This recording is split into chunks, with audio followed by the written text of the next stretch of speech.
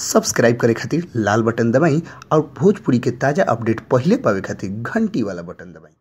छपरा जिला भोजपुरी पर रउआ लोग के बहुत बहुत स्वागत बा। जी हाँ, भोजपुरी के सुपरस्टार खेसारी लाल यादव के बीते दिन ट्रेलर रिलीज भइल जिला चंपारण के, तब मार्केट में एक रेस्पॉन्स बहुत तगड़ा मिल रहा बा। जी हाँ, अभी तक 24 घंटा भी ना भइल तब तक 4 लाख से ऊपर लोग एकरा के देख ले बा। यानी समझ सकतनी कि कितना super duper hit presentation TF company के माध्यम से जिला चंपारण, काहे कि यह जिला चंपारण फिल्म के कहानी बहुत ही अब की हट के खेसारी लाल यादव और सबसे ज़्यादा प्रभावी ये फिल्म के बनावे में 2 हीरोइन लोग के मुख्य भूमिका बा।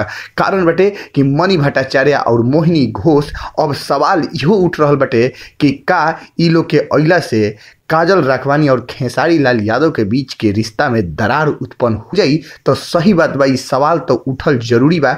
काहे आकि अगर ई दोनों हीरोइन के खेसारी लाल यादव के साथ जोड़ी फिट बैठते और मार्केट में हिट हो जाते, अगला फिल्म में हिट हो जाते, तो हो सकते आकि सारा लोग के डिमांड हो जाए कि खेसारी लाल यादव अब फिल्म करस तो सिर्फ और सिर्फ मणि भट्टाचार्य के साथे। तो हो सकता कि काजल राघवानी के साथे इनकर जोड़ी ब्रेकअप हो जाई, टूट सकते। बहुत प्रकार के कयास लगावल जा रहा बटे कि खेसारी लाल यादव नयका हीरोइन के साथे फिल्म करके बहुत सहज महसूस करते रहे। काहे से कि इनकर रिस्पांस मार्केट में बहुत ज़बरदस्त तरीका से आ रहा बटे।